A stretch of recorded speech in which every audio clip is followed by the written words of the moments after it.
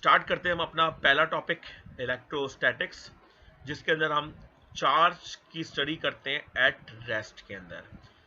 आप लोगों ने इंटर के अंदर भी ये टॉपिक बहुत डिटेल में पढ़ा होगा, लेकिन कोशिश करूँगा कि आपको मज़ीद इन्फॉर्मेशन इससे रिलेटेड दी जाए, मज़ीद एडवांस लेवल की, ख़ास तौर पे इसकी एप्लीकेशन क्या है, और स्पेशली आपका जो इलेक्ट्रॉनिक्स की स्टडी है उसके अंदर इसको हमें पढ़ना क्यों ज़रूरी है। इलेक्ट्रिक चार्ज, आप लोग का सब लोगों ने जाहिर सी बात है फील किया होगा इलेक्ट्रिक चार्ज को, ख़ास तौर पर ड्राई वेदर्स के अंदर। तो आप देखते होंगे अक्सर आप किसी कारपेट पे अगर वॉक कर रहे हैं तो आपको स्पार्किंग जो ना फील होती है। इसी तरह आप ड्राई सीजन के अंदर कभी मेटल डोर के जो आपके डोर नॉब्स होते हैं उनको टच करें तो आपको हल्का सा इलेक्ट्रिक शॉक लगता है, या आपको लगता है कि हल्की सी स्पार्किंग हुई है। या आप स्वेटर, तो बहुत कॉमनली ये एक फील होती है जब आप थोड़ी देर स्वेटर सर्दियों में पहने और उतारे तो आपको ना स्पार्किंग की वॉइस, क्लियर वॉइस आती है जैसे कुछ स्पार्क कर रही है।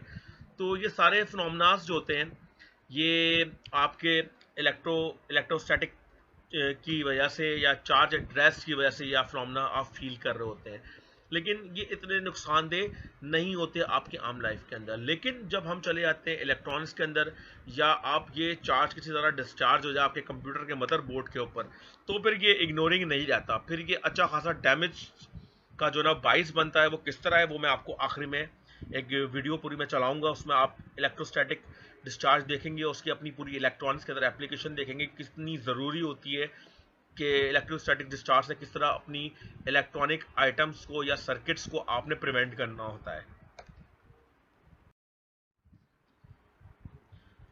इनफैक्ट हर जो ऑब्जेक्ट होता है उसमें वास्ट अमाउंट पे इलेक्ट्रिक चार्ज मौजूद होता है, लेकिन आम लाइफ में हमें फील नहीं हो रहा था, क्योंकि जितने अमाउंट में पॉजिटिव चार्ज होते हैं और जितने अमाउंट में नेगेटिव चार्ज होते हैं तो वो एक इलेक्ट्रिक इक्विलिब्रियम या इलेक्ट्रिक बैलेंस के अंदर होता है। इसी वजह से हमें उसका फीलिंग नहीं आती है।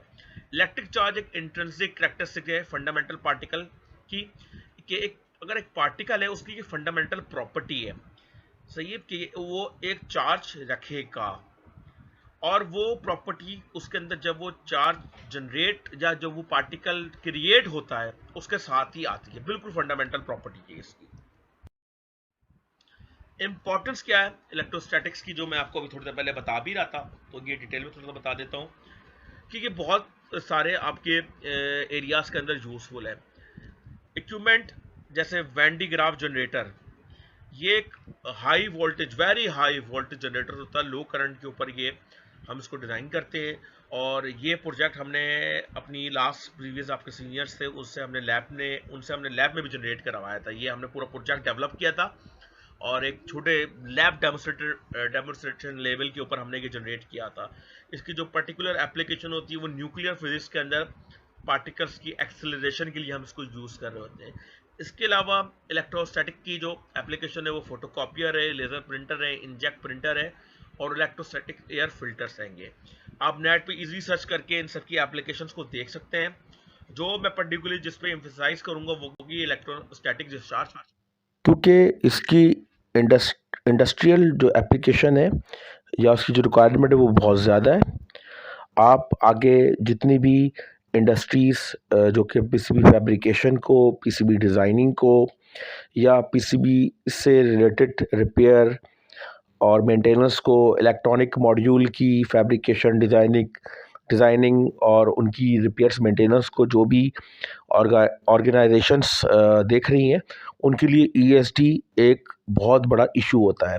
और जो आपकी अच्छी ऑर्गेनाइजेशन होती है वो ईएसडी की प्रिकॉशंस लेती हैं। वो अपने इलेक्ट्रॉनिक मॉड्यूल की स्टोरेज के लिए, उनकी हैंडलिंग के लिए भी ईएसडी प्रिकॉशंस लेते हैं। लेट्स सपोज उनकी जो इलेक्ट्रॉनिक आइटम होंगे वो उनको ईएसडी बैग के अंदर सिक्योर करते हैं। इसी तरह जो उनके टेक्नीशियंस या इंजीनियर्स उन लेबॉर्ट्रीज के अंदर काम करते हैं वो भी ईएसडी प्रिकॉशंस लेते हैं।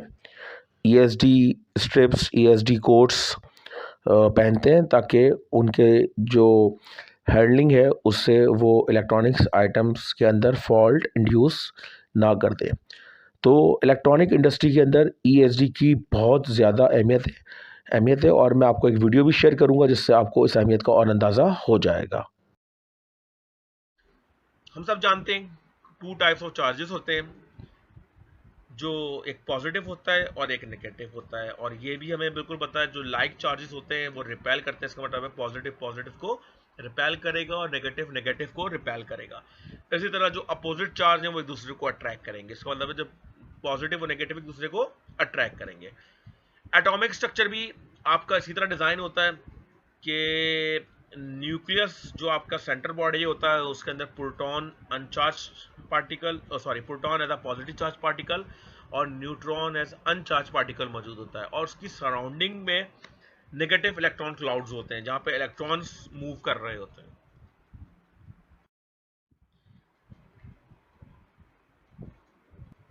तो अगर आपके पास दो ग्लास रॉड्स हैं जिनके ऊपर पॉजिटिव चार्ज डिपॉजिटिव हुआ हुआ है, तो जब आप उनको एक दूसरे के करीब लेके आएंगे तो वो एक दूसरे को रिपेल करेंगे और उनके दरमियान अपोजिट फोर्स जनरेट होगी।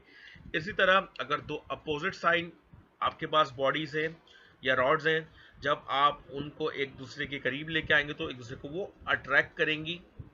तो ये एक जनरल फिनोमेना है।